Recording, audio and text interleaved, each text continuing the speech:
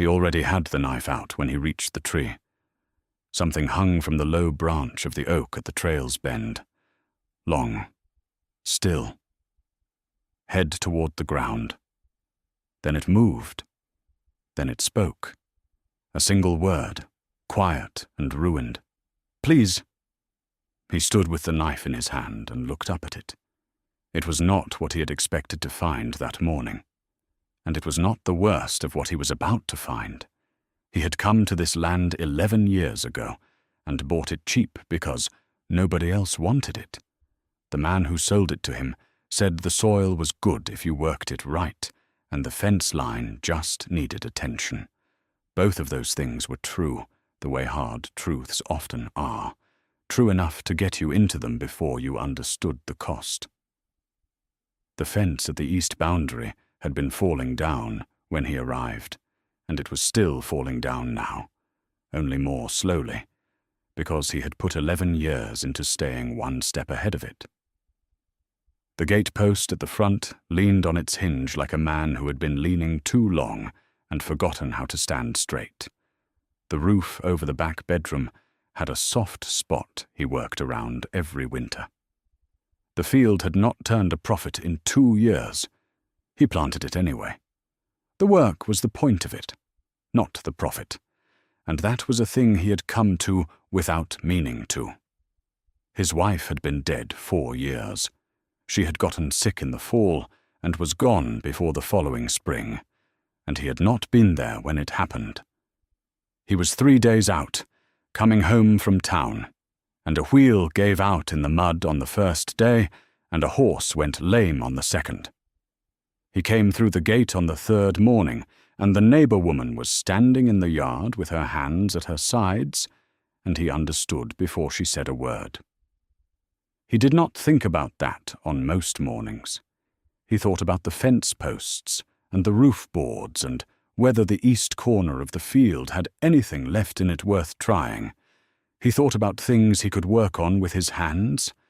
That morning he woke before the sun and put water on the stove and stood at the back door with his coffee going cold while the dark lifted off the field. A thin edge of cold in the air that had not been there a week ago. The field was brown and flat, and the sky above it was the color of old ash. No wind. The kind of morning that gave you nothing to read. He finished the coffee and left the cup on the rail. He put on his coat and took his rifle from beside the door. He did not take it because he was expecting anything. He took it because he was a man alone in the country, and a man alone in the country keeps a rifle close. Not out of fear, out of long habit, and long habit has its reasons. The east fence was 1/2 mile down the trail, past the oak at the bend. He walked it every week, the same path, the same ruts. He knew that trail the way he knew the inside of his own coat, not by thinking about it, just by going. He knew the oak. Big tree, old. The lowest branch hung over the trail at a height that caught you if you were not watching. He came around the curve in the grey morning light, and the trail opened out ahead of him to where it bent by the oak. He saw it from 50 yards. Something in that tree. Something wrong about the shape of it. He stopped. He went to her at a walk, not a run. He kept the knife in his hand, and he kept his eyes on her, and he did not touch the rifle on his back. He did not call out. She was tall, even hung upside down by the ankles from the oak's lowest branch. He could see she was tall, long through the arms and through the torso, her head hanging maybe 3 feet off the ground. Orc. Green-grey skin gone dark and patchy, where the blood had been settling into her face, for however long she had been up there. Her arms hung loose at her sides, the backs of her hands resting in the dirt. The rope was knotted tight around both ankles and run up over the branch and tied off to the trunk. Her eyes were closed and her jaw was slack, and if she was breathing, he could not see it yet from where he stood. He stopped at the edge of her shadow. He looked at the trail behind him, all the way back to where it curved out of sight. Then at the trail ahead, empty in both directions. The ground around the oak was scuffed, but the marks were old enough to have a skim of frost on them. He looked back at her. Her chest moved. He set the rifle against the trunk and worked out which way the rope ran. The knot was up on the branch, out of easy reach.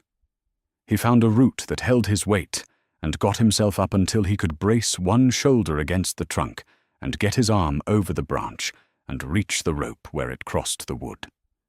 He cut it in 2 passes. She dropped. He got his arm under her shoulders and caught some of her weight, but not enough of it.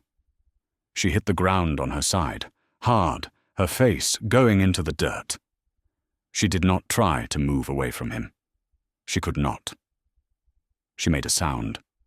Not a word. Just the sound a body makes when it has been holding something a long time and cannot hold it any more. He crouched beside her. She was breathing. Her face was very wrong, swollen and dark at the temples, the skin gone almost black where the blood had pooled there. Her eyes opened.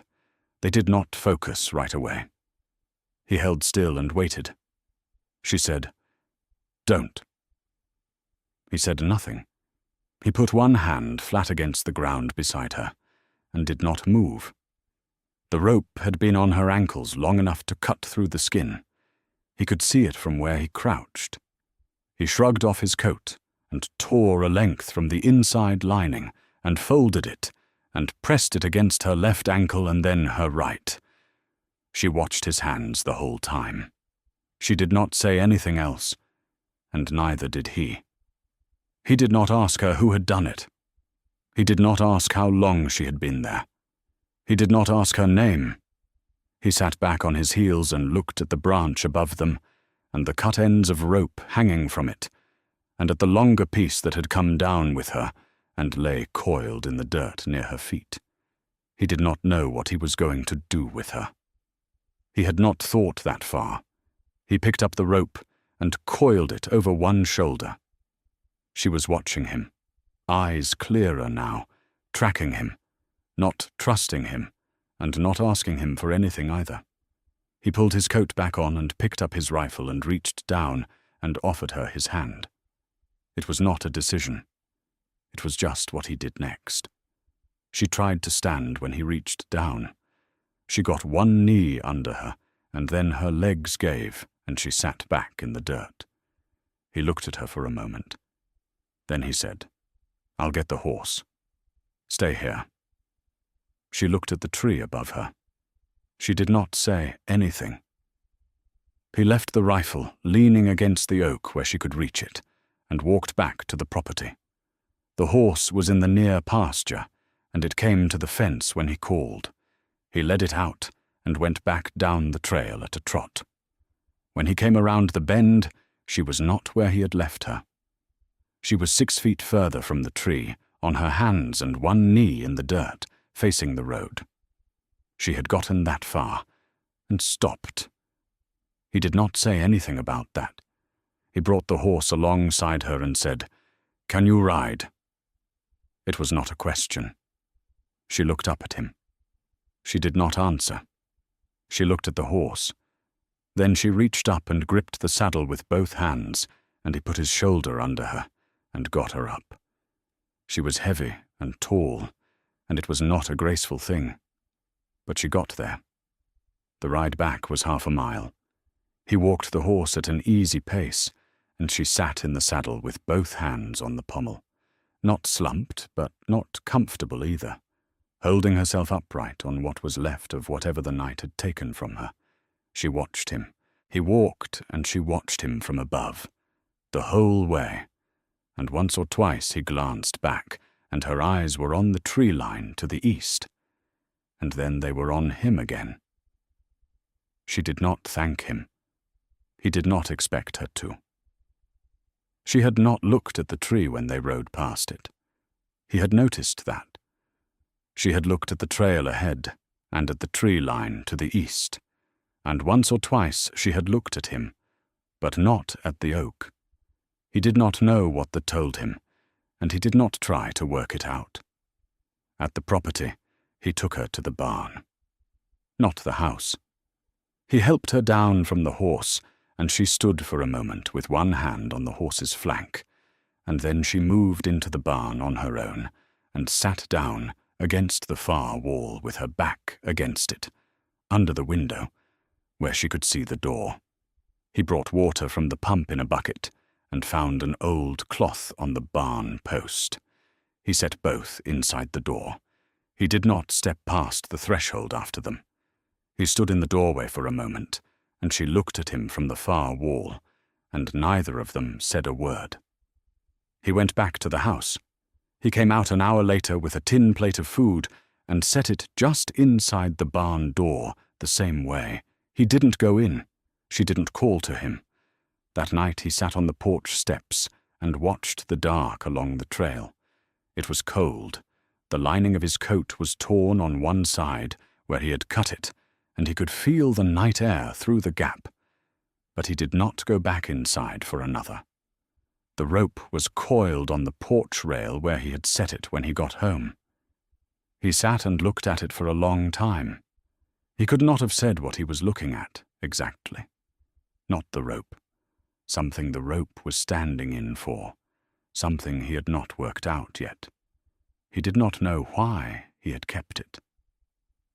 On the second day, he left a plate of food inside the barn door before first light, salt pork and cornbread, the same as he ate himself, and went back to the house. When he came to check at midday, the plate was empty.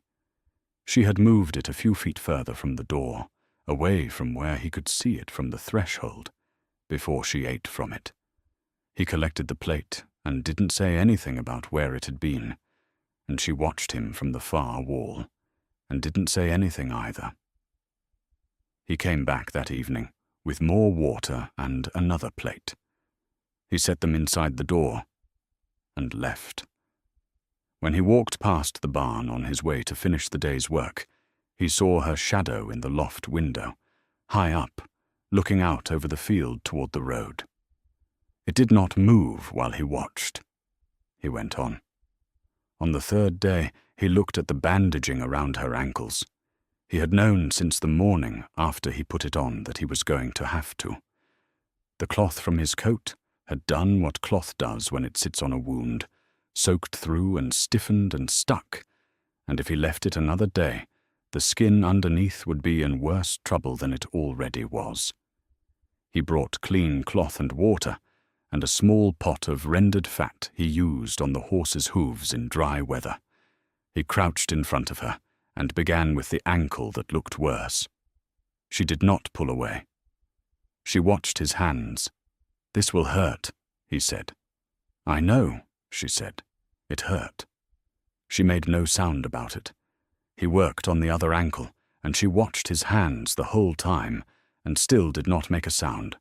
When he was done, he collected the dirty cloth and stood up, and she was already looking past him, toward the window. He said nothing. He went back to the house. On the fourth day, she spoke first. He was at the barn door with the morning plate when she said, from the far wall, "Is anyone else on the trail in the mornings?" He thought about it. "No," he said. She was quiet for a moment. Then she said, "They will send someone." He set the plate down slowly. He said, "Who?" She looked at the barn wall to her left. She looked at it for a long time. Then she said, "Men with horses." That was all she said that day. He stood in the doorway a moment. Then he left the plate on the ground and went out and did his work. The fence and the water pump and 2 boards that had been loose in the south corner of the field since the last rain. He worked, and he thought about what she had said and what she had not said. She was not worried about her own people finding her. That was what he finally understood, somewhere between the fence and the pump. If that had been the fear, she would not have said men with horses. She would have said something else, or nothing at all. She feared something specific. Someone who rode and had a reason to be looking for her. and who was still looking. It was not what he had assumed it was when he cut her down. Not a stranger found and sheltered, not something that would end when she healed and moved on. Something else had come onto his land with her. He did not know its shape yet. The rope was still on the porch rail when he came in that evening. He looked at it and left it where it was. The night of the 5th day, he woke without reason and lay still for a moment, and then got up. He had been doing that more often lately, waking for nothing, staying up a little while for the listening. He went to the back door. She was at the porch door, not outside, standing just inside it, looking out at the road. She had been walking some the day before, slowly, with one hand on the barn wall, but he had not seen her near the house until now. He said, "You need something." She did not look at him. She said, "No." He went and sat on the step outside. She stood above him in the doorway for a moment, then came and sat on the step too, a foot away from him. The road was dark and empty. He watched it with her. After a while she said, "I need to tell you something." He said nothing. He waited. She told him in pieces. Not because she was upset. Because she had stopped being upset about it a long time ago, and that was in some ways harder to hear than if she had been. "There is a place off the East Road," she said. "Past the second ridge, a dry gulch off the main trail. There is a structure there, a pit dug into the ground and covered over with boards, and the boards are nailed down, and there is a chain threaded through iron rings in the frame. Her people are in it, 14 of them. Her brother's son is one of them. He is 16. She said she did not know how many could still walk. When she got out, 3 had not been on their feet in 2 days. He did not say anything. He looked at the road. A wind moved through the field and went quiet. "The boards are old," she said. "The chain is new. She escaped 3 weeks before the day he found her. She had been out for 5 days before they caught her again. The hanging was not meant to kill her fast. It was meant to be found. He did not ask by whom. She kept going anyway. When she was done, she said, 'The rope I understand. A man can hang someone and feel nothing about it. But to keep 14 people in a hole in the ground, that is a different kind of thinking.' He let that sit for a long time. He said, 'How many men?' She said, 4, when I was there. Maybe more." He looked at the rope on the porch rail. He had looked at it so many times in the past 5 days that he no longer saw it properly, the way a word stops looking like a word when you look at it too long. He stood up. He took the rope from the rail and held it for a moment, and then went inside and set it on the table. He came back out and sat on the step again. The rope was inside, not on the rail. The distinction felt like something, though he could not have said what exactly. She watched him do this and did not say anything. He looked at the road for a while. Then he said, "I know where the East Road goes, past the first ridge. I never had reason to go past the second." She said nothing. He said, "I'll go in the morning." It was not a question and not a request for anything from her. She said, "Alone?" He said, "Yes." She said nothing after that, and neither did he, and after a while she went back to the barn. He heard the door of it close. A bird called somewhere out in the field and went quiet. He sat on the step until the dark started to thin out in the east and then went inside. He did not sleep. He sat at the table and looked at the rope and thought about her brother's son in a covered pit, and did not say anything about what that made him feel, because there was no one to say it to. He just let it move through him and settle somewhere lower down where things settle when you have nowhere to put them.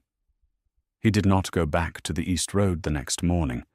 He had said he would, and he had meant it at the time.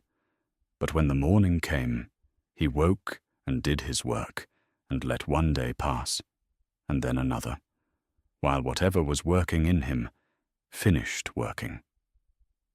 She did not ask. He noticed that about her. She watched the road in the mornings, standing at the edge of the porch or from the loft window in the barn, and then she went about whatever she could do with ankles that were still not right, and she did not say anything to him about the pace of his deciding. That was its own kind of thing.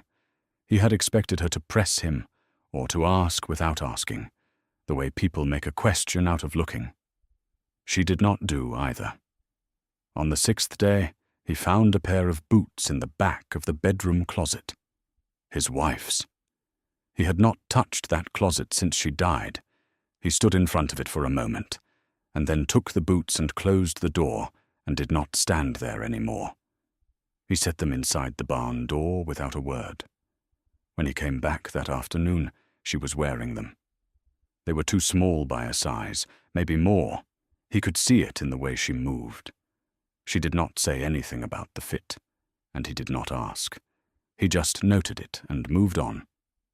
On the 7th day, she helped him with the fence without being asked. He was at the east section, the one that had been leaning since before the rain, driving a new post into ground that had gone soft.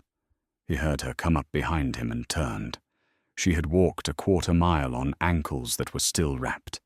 He had not seen her do it. She looked at the post and looked at the ground and put out her hand for the mallet.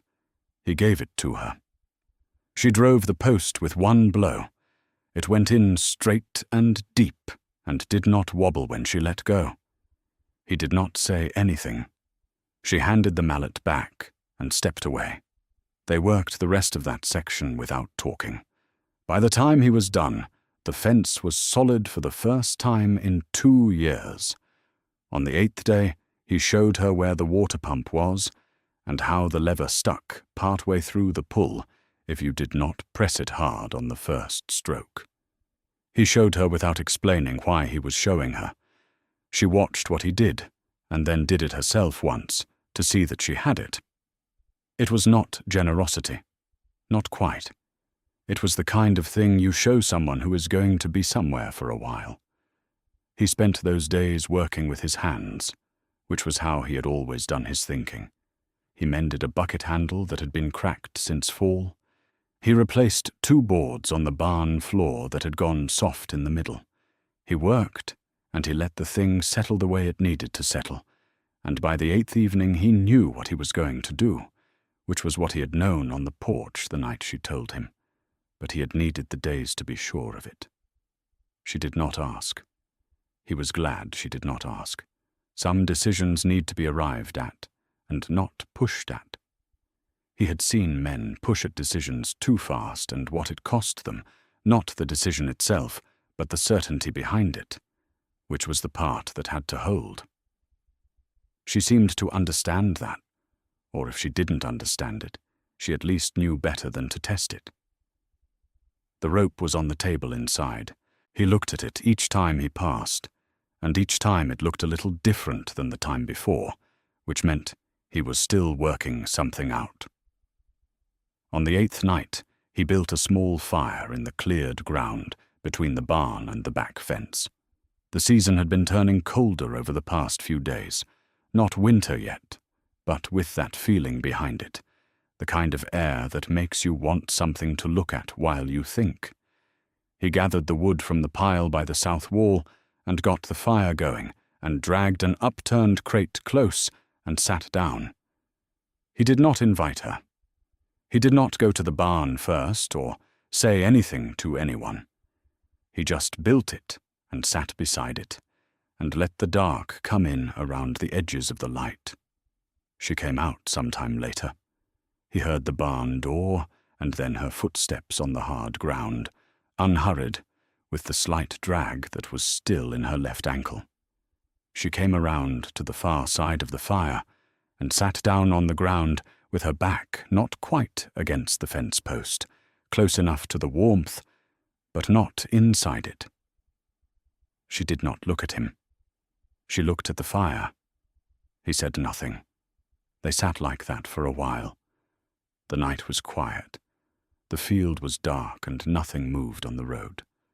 After a while he told her about the war. Not the battles. He had not talked about those in years, and that was not what he meant to say. What he meant was the part after. The ride home, 3 days out from his land, a wheel going in the mud on the first day, and the horse going lame on the second. Coming through his gate on the third morning to find the neighbor woman standing in the yard with her hands at her sides. His wife had been in the ground 3 weeks by then. He had not been there for the end of it. He had been 3 days out, coming home, and he had not been there. He said it plainly. He had been over it enough times that the sharp parts were worn off it, and there was not much else to say. She looked at the fire for a long time when he was done. He did not expect her to say anything, and she did not. Then she said her clan had put her out 5 years before any of this. 5 years before, the men with horses and the pit off the east road. She said it in the same flat way he had said his thing, without asking for anything from it. She did not say why the clan had cast her out. He did not ask. She said, "I was looking for somewhere else. I found it." And then they took it. He had not thought about it in those terms before. That she had already lost one place before she lost this one. 2 leavings separated by 5 years, and the second was the kind you do not choose. He sat with that. The fire shifted.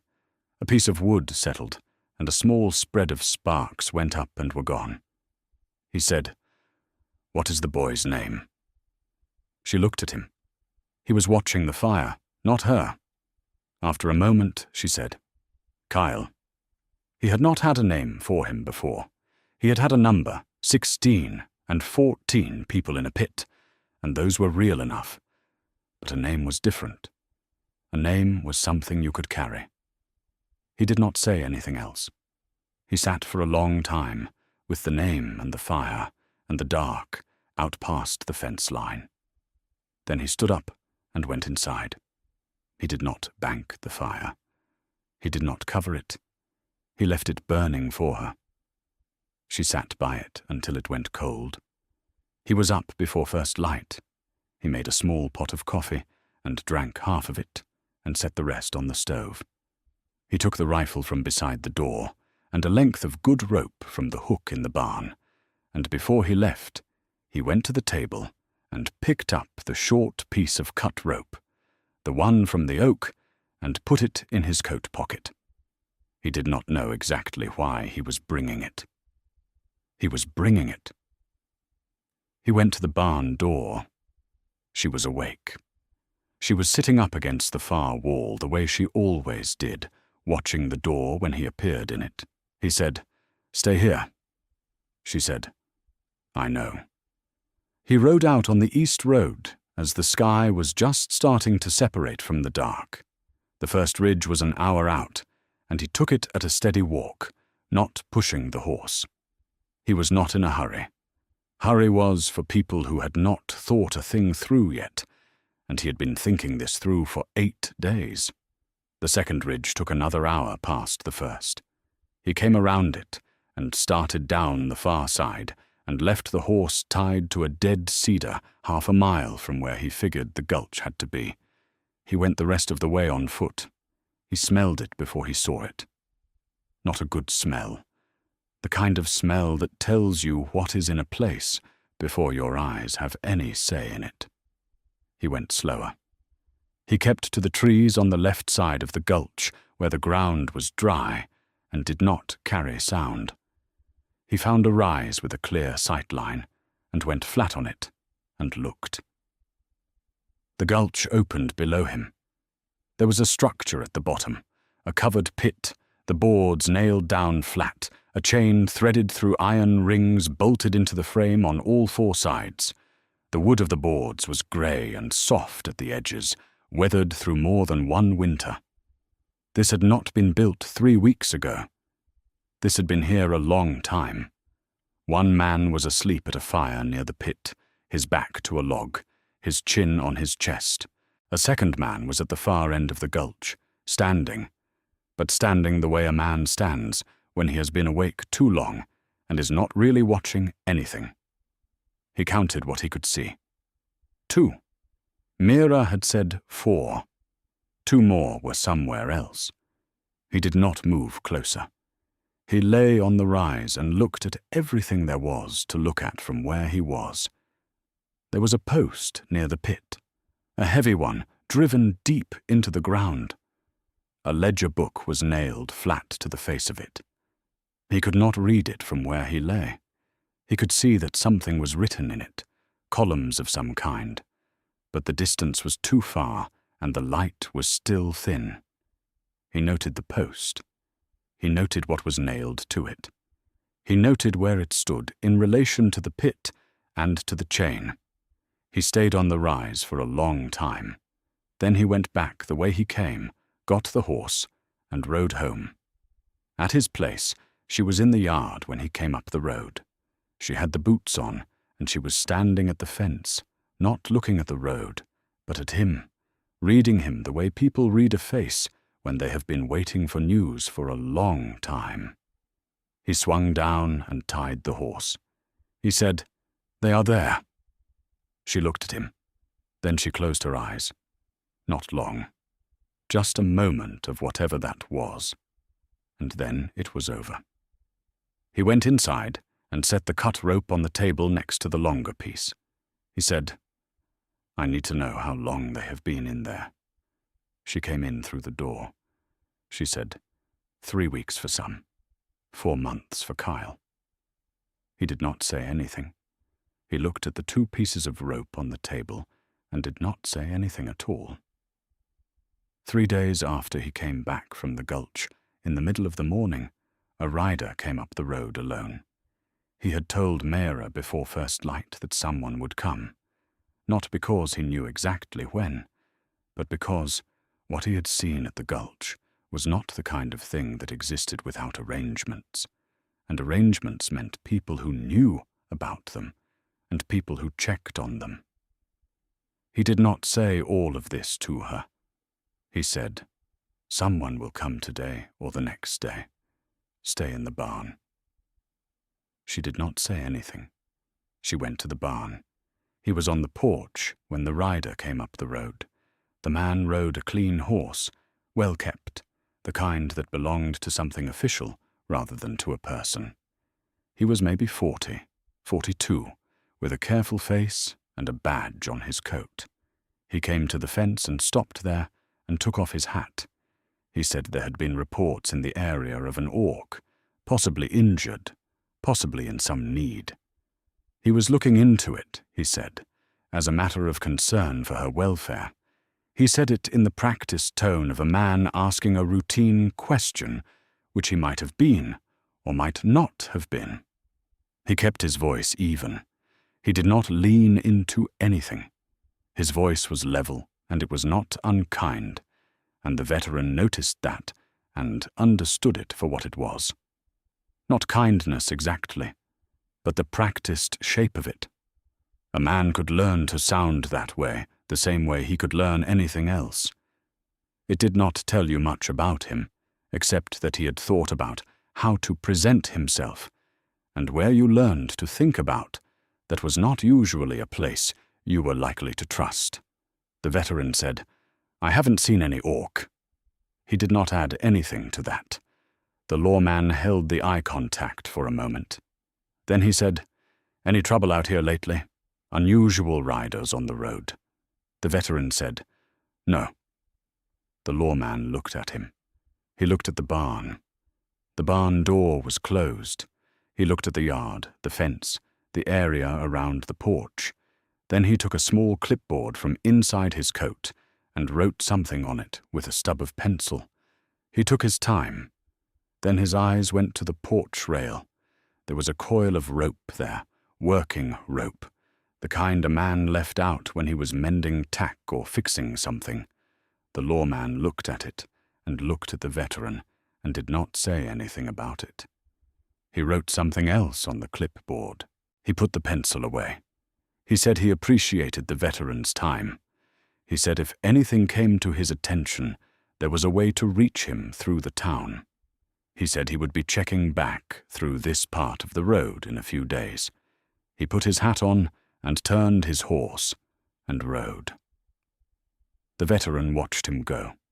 He watched until the road curved behind the trees and the man was gone, and then he stood there a little while longer after that, making sure. Then he walked to the barn and pulled the door open. He said, "He will report." She was at the far wall. She said, "I know." He stood in the doorway a moment. Then he said, "We have a few days." She looked at him. He did not explain what that meant. She did not ask. He closed the barn door and went back inside the house and stood at the window that faced the road for a while, watching the empty stretch of it going south, thinking about what a few days meant and what you could do with them. He went back to the gulch that night. He did not tell Mira where he was going when he left, and she did not ask. He took the rifle and the good rope and rode out in the dark. At the gulch, he found 2 men at the fire, not 4. He didn't fight them. He did not need to. He waited in the trees until the timing felt right, and then he found the frame and worked the chain loose and got the boards up. When he lifted them and held them open, the people inside did not surge out. They came slowly, the way you move when you have stopped trusting a space to be what it says it is. 12 came out. 2 were too weak to stand. He got the 12 moving toward the ridge, off his land, but within sight of it, and then went back for the 2 who could not walk on their own. He got them out, and got them to the ridge as well, and that took until almost first light. He did not see the 4 guards again. Maybe they had not noticed yet. Maybe they had. When he got home, he told Mira what he had done and where the 12 were. She knew there was a signal, something between herself and her people. He did not ask what it was. He just told her, and she said, "I'll get to them." He said, "Not yet, not in daylight, not today." She did not argue. She sat down. He had brought one of the 12 back with him, not by asking. The boy had simply not gone with the others toward the ridge. He had stood at the edge of the gulch when the rest were already moving, and he had looked at the veteran, and he had stayed. He was 16. He was very thin, thinner than the word suggested. He watched everything, the yard, the door, the veteran's hands, the road, and said almost nothing.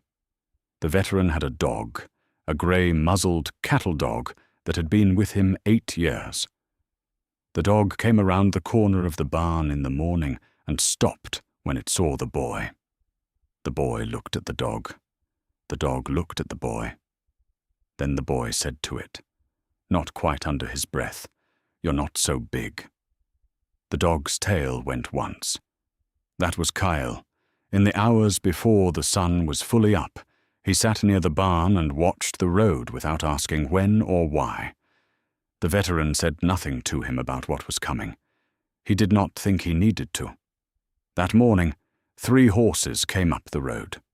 The man in front was big, wide through the shoulders, not fat, the kind of build that comes from hard labor, done young and left to settle into something permanent. He rode at a walk and held himself the way a man holds himself when he does not expect to be told no. He had 2 men behind him, 1 on each side, a half-length back. None of them dismounted. They stopped at the fence, and the man in front looked at the property with the methodical eye of someone taking an inventory.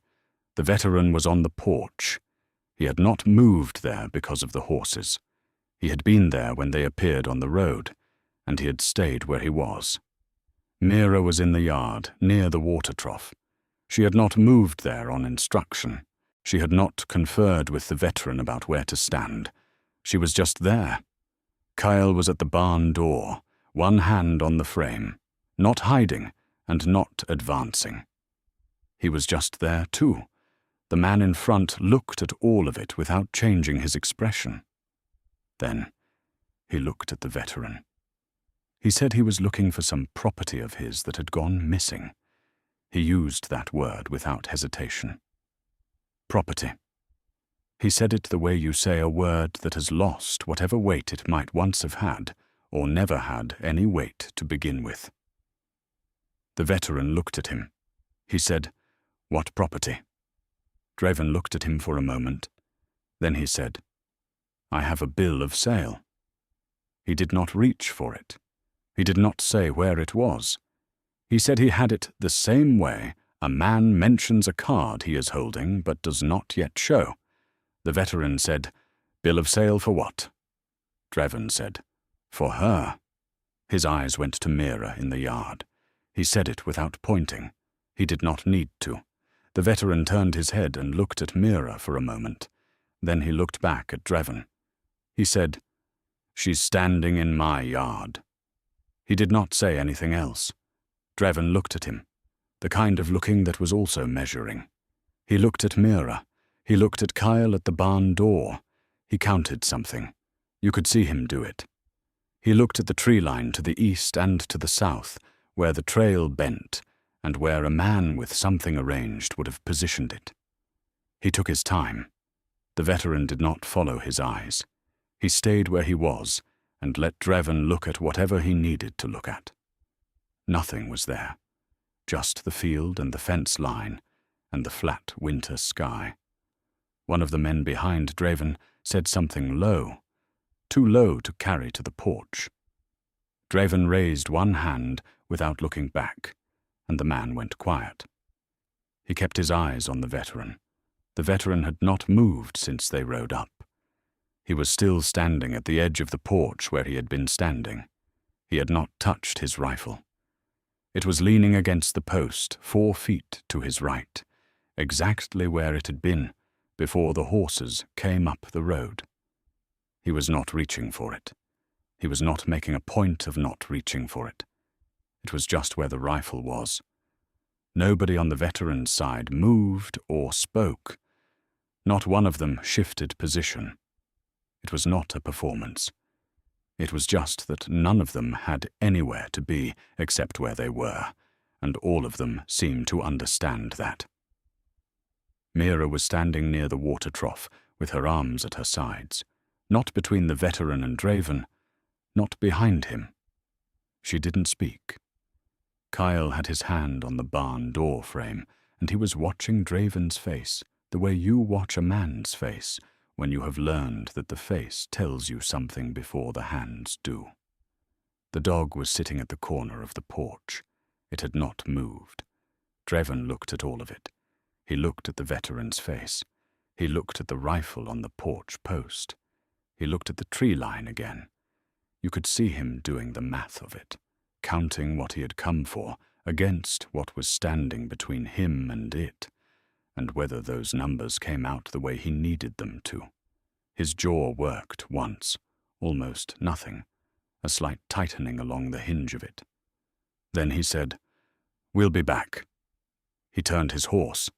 His 2 men turned with him, and they rode back through the gate and onto the road, and the veteran watched them go without moving from where he stood. He watched until the road bent south behind the tree line, and the sound of the horses faded out, and there was nothing on the road in either direction. He stood there a while longer. Then Kyle said, very quietly, not to anyone in particular. He didn't look at the ledger. The veteran looked at him. Kyle said, "The ledger, on the post. There was a gap in the boards, and I used to be able to see it from inside. When you came to the pit, I watched your face from in there. You saw it too." The veteran did not say anything. He looked at Kyle for a long moment. Then he looked at Mira. She said nothing. She was looking at the road. He picked up his rifle from the porch post. He stood there for a moment with it in his hands. Then he went inside. Weeks passed. Then a month. The 12 who had gone to the ridge did not stay there. They came down in 1s and 2s by different paths and at different hours, over time. They did not ask permission to come. Nobody offered any. They just appeared, one and then another. And then they were there. Spring did not arrive all at once. It came the way things come when they have been held back a long time. A warm day followed by 3 cold ones, then another warm day, then 2 together, and one morning the field was green along the south edge, and he knew it was tipping. Not all the way yet, but enough. He planted the east field with more help than he had expected. He did not remark on it. He worked the rows and the rows got done, and at the end of the day the field was in better shape than it had been in years. He noted this, and did not say it. One morning he came out of the house and found Mera on the porch steps with the rope in her hands, the long piece, the one from the oak. She was not doing anything with it. She was holding it and looking at it. He stopped in the doorway and watched. She looked at it for a long time. Then she set it down on the steps and stood up and walked away from it without looking back. He let it sit through the morning. Then he went and picked it up and carried it to the barn and hung it on a peg near the door. Not as anything particular.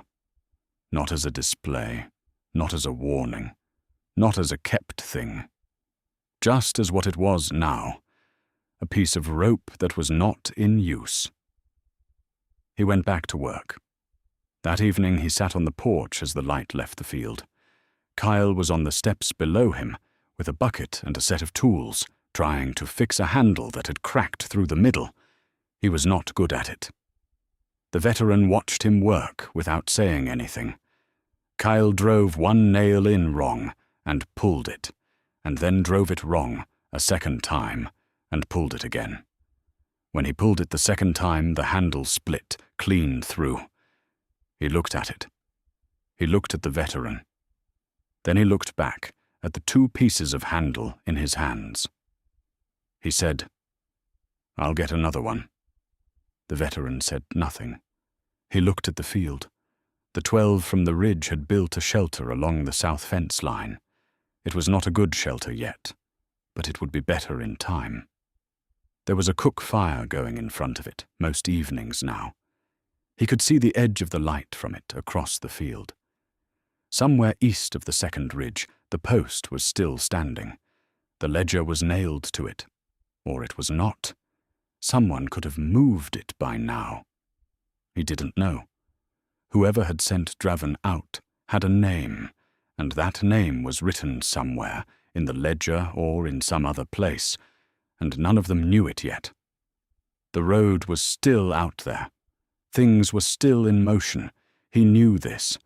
But tonight the field was green, and the fire was warm, and the porch was where it had always been, and he sat on it, and let that be enough for now. Did you enjoy the story? Subscribe to the channel to watch more stories like this one. Leave a like, it helps the channel a lot, and drop a comment down below. I always read them and use your feedback to make our content better. Thanks so much.